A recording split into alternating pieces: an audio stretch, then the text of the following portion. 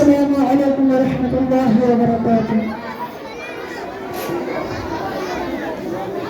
نحمده ونصلي على سيدنا ورسولنا الكريم.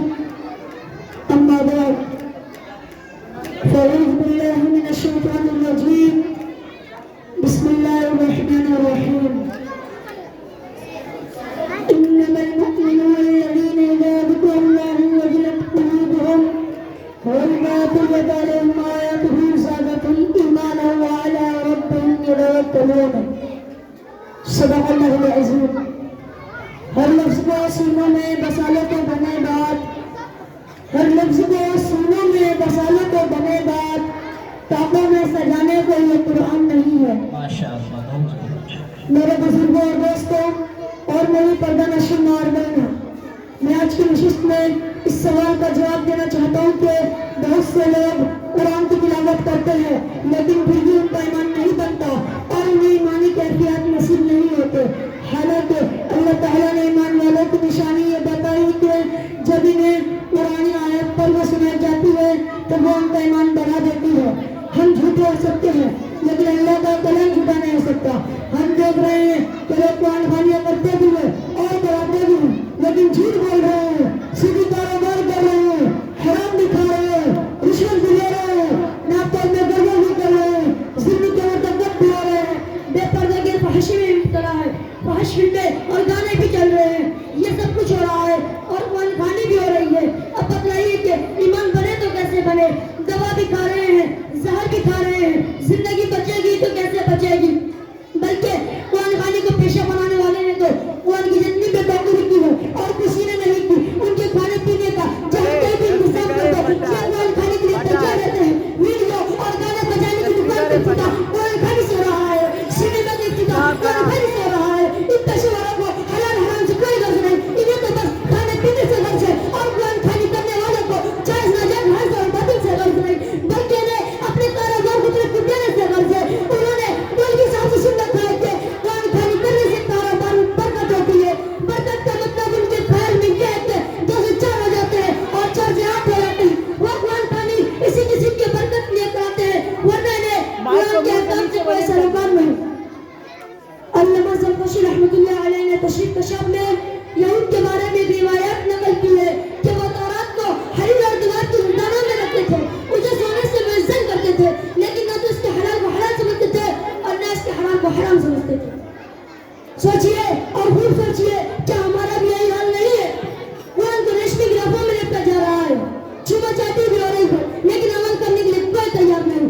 بعض پڑھنے والے ایسی خوبصورت آواز اور پرکشش لہجے میں پڑھتے ہیں کہ سننے والوں پر وہ جھکتا نہیں ہو جاتا لیکن جہاں تک قبل کا تعلق ہے وہ سننے والوں میں بھی نہیں اور بعض پڑھنے والوں میں بھی نہیں. اور یہ بات بہت بری شکایت اور بدبختی ہے. علماء کہتے ہیں کہ 3 چیزیں بدبختی کی علامت ہے. پہلی یہ کہ علم تو ہو مگر عمل نہ ہو، اور دوسری یہ کہ عمل ہو دل میں اخلاص نہ ہو، اور تیسری یہ کہ نیک لوگوں کی صحبت میں سر ہو مگر دل میں کا احترام نہ ہو. اس سے ثابت ہوا کہ ضروری نہیں کہ اس کے پاس علم ہو وہ عمل بھی کرتا ہو، اور یہ بھی ضروری نہیں کہ جو عمل کرتا ہو اس کے دل میں اخلاص بھی ہو، اور یہ بھی ضروری نہیں کہ جو نیک لوگوں کی خدمت میں رہتا ہو وہ دل سے ان کا احترام بھی کرتا ہو. حضور اکرم صلی اللہ علیہ وسلم کے زمانے کے جو منافق تھے وہ تلاوت بھی کرتے تھے، نماز روزے کے پابند بھی تھے، حضور صلی اللہ علیہ وسلم کی صحبت بھی حاصل تھی لیکن وہ ایمان کی برکت سے محروم تھے. میرے دوستوں، قرآن کی تلاوت سے یقیناً ایمان بنتا ہے لیکن یہ جان لیجیے کہ وہ کون سی تلاوت ہے جس سے ایمان بنتا ہے.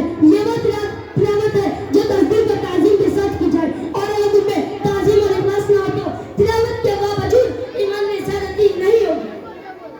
ایسی تلاوت جس میں اخلاص نہ ہو تو رسمی اور نفاق کی تلاوت ہو. ایسی تلاوت کی مثال حضور اکرم صلی اللہ علیہ وسلم نے ریحانہ سے دی ہے جس کی خوشبو تو اچھی ہے لیکن مزہ انتہا تلخ ہوتا ہے.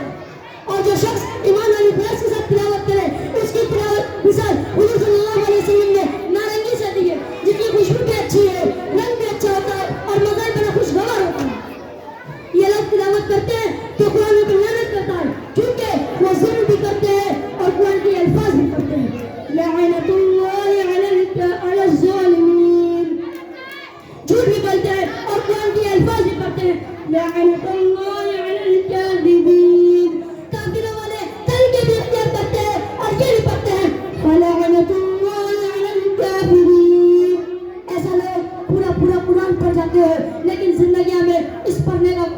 دکھائی نہیں دیتا، نہ دل بدلتا ہے، نہ زندگی کا رخ بدلتا ہے۔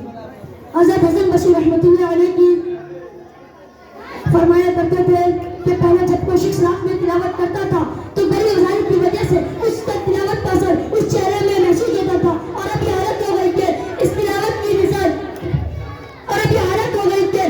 ایک شخص پورا قرآن پڑھ جاتا ہے لیکن صبح تک اس کے چہرے میں اس پڑھنے کا کوئی اثر نظر نہیں آتا، نہ دل بدلتا ہے، نہ زندگی کا رخ بدلتا ہے۔ تو میرے دوستو، حضرت حسن بصری رحمۃ اللہ علیہ کی اس ارشاد کی حقیقت دیکھنا چاہتے ہو تو اپنے پیش پر ایک نظر ڈالو، آپ یہ ماننے پر مجبور ہو جائیں گے واقعی آج لوگ تلاوت کرتے ہیں لیکن اس کا اثر اس کے چہرے میں محسوس نہیں ہوتا، جھوٹ نہیں چھوڑتے، ملاوٹ نہیں چھوڑتے، دھوکہ فریب سے باز نہیں آتے، بے پردہ باتوں سے باز نہیں آتے، جھوٹ اور فریب بھی چلتا ہے، بے پردہ کی بھی چلتی ہے، شبینے بھی چلتے ہیں اور منخانی بھی چلتی ہے۔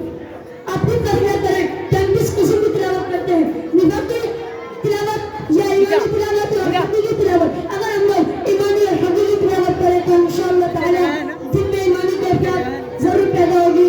اللہ تعالی ہم سب کو ایسی تلاوت کی توفیق نصیب فرمائے، آمین یا رب العالمین۔ اب میں اپنی تقریر ختم کرتا ہوں اس شعر کے ساتھ۔ صفائے دہر سے باطل کو مٹایا کس نے، صفائے دہر سے باطل کو مٹایا کس نے، نور انسان کو غلامی سے چھڑایا کس نے، صفائے دہر سے باطل کو مٹایا کس نے، نور انسان کو غلامی سے چھڑایا کس نے، میرے کعبوں کو جبینوں سے بسایا کس نے، میرے قرآن کو سینوں سے لگایا کس نے۔ تھے تو آبا ہو تمہارے ہی مگر تم کیا ہو، تھے تو آبا ہو تمہارے ہی مگر تم کیا ہو، آپ کے ہاتھ بھرے من کرنے میں فردا ہو، وآخر دعوانا ان الحمدللہ رب العالمین۔